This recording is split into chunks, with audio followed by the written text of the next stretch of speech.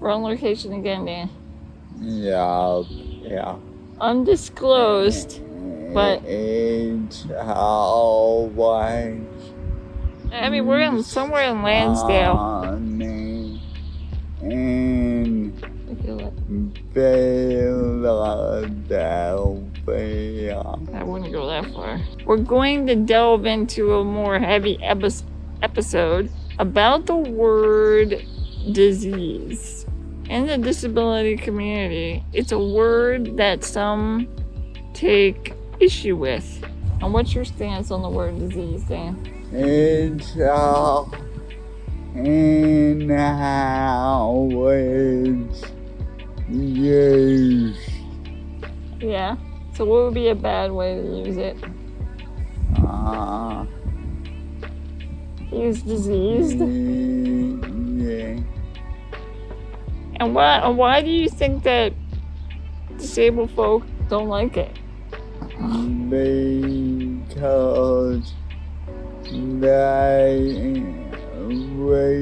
been told that we're less than our whole life. So it implies that there's something wrong with you?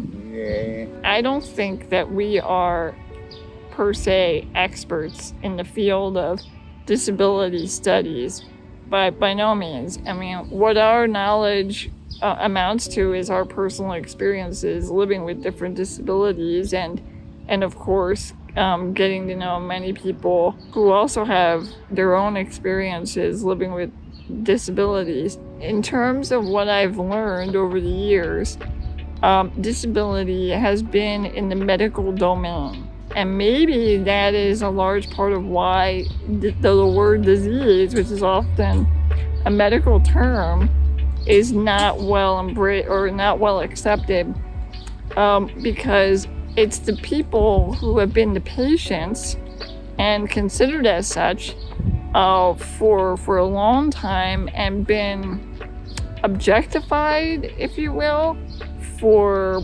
all of their lives because they've had to go through medical treatments, had hospitalization stays, and had to spend a lot of their lives with the medical communities that you feel like you are just the disease.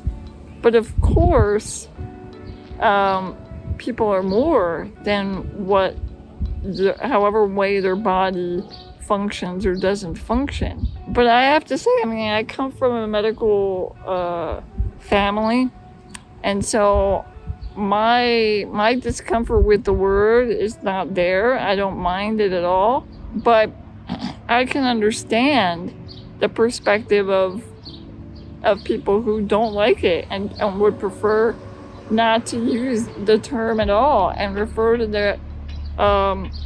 their conditions as just the condition itself, like the actual name. So if they had spina bifida, they would say, "Oh, I have spina bifida," or I have a health condition or a chronic health condition. Because people have been objectified by the medical community, I think some groups of disabled people have gone the opposite end and asserted their pride of their diseases and said things such as, well, my body is perfect the way it is, and I'm proud of my disability. And this is a really big controversy, is a lot of them might say, I wouldn't want to change it, or even to the more extreme, like if there were a cure, they wouldn't pursue it. Yeah, Dan.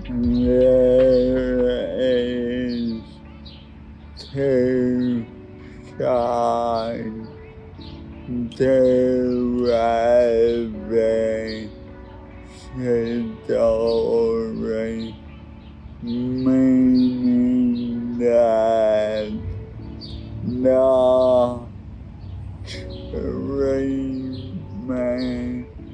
my non-work Yeah. and in my leave the patient worse off. In my case, a lot of work to receive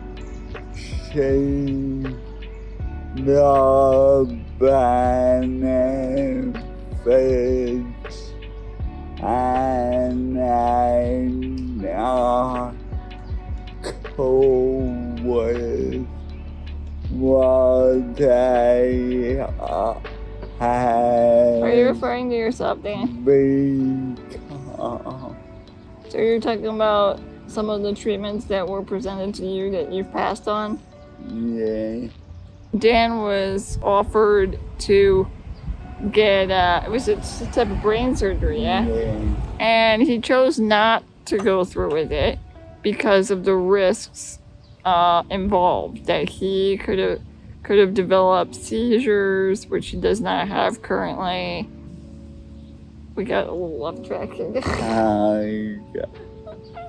In terms of disability pride, this is, I think, where people really get passionate about, because they feel like if the medical community constantly striving to eradicate these diseases, I think some feel it's like an affront on who they are as people, because disability has become, or has always been, a deep part of their lives that they can't imagine their lives without it. I take the stance that I recognize that I do have a disease that has been identified in the medical community, and it's very specific. Like, we know exactly what's, if I want to do air quotes, but I can't lift my arms right now because I'm holding the tripod, but air quotes,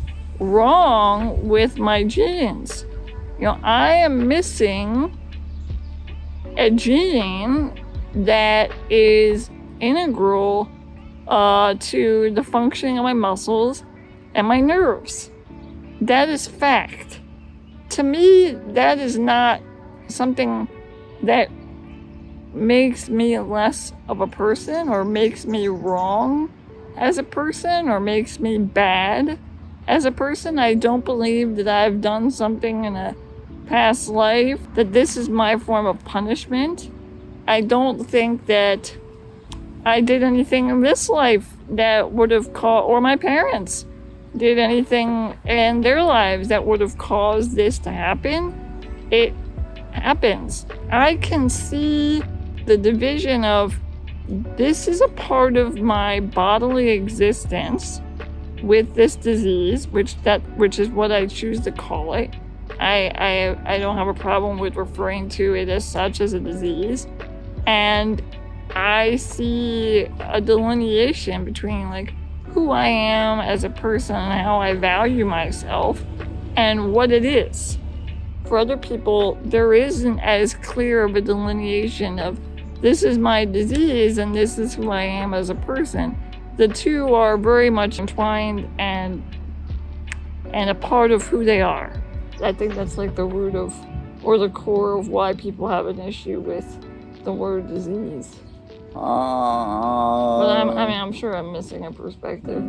Well, I forgot that the surgery may affect my speech, my memory. Oh, memory? Yeah, all that good stuff. and I got this lovely lady already. I didn't wanna lose that even for a day. We're not often faced with cures. That's much, much more rare. But we do have the risk weighing when it comes to treatments. And yeah, it can get really complicated. But in terms of the question that we posed today, I mean, language is a funny thing. It carries so much underlying meaning, connotations. It's important to evolve our language and how we communicate. Cheers. Keep it Ginchiest.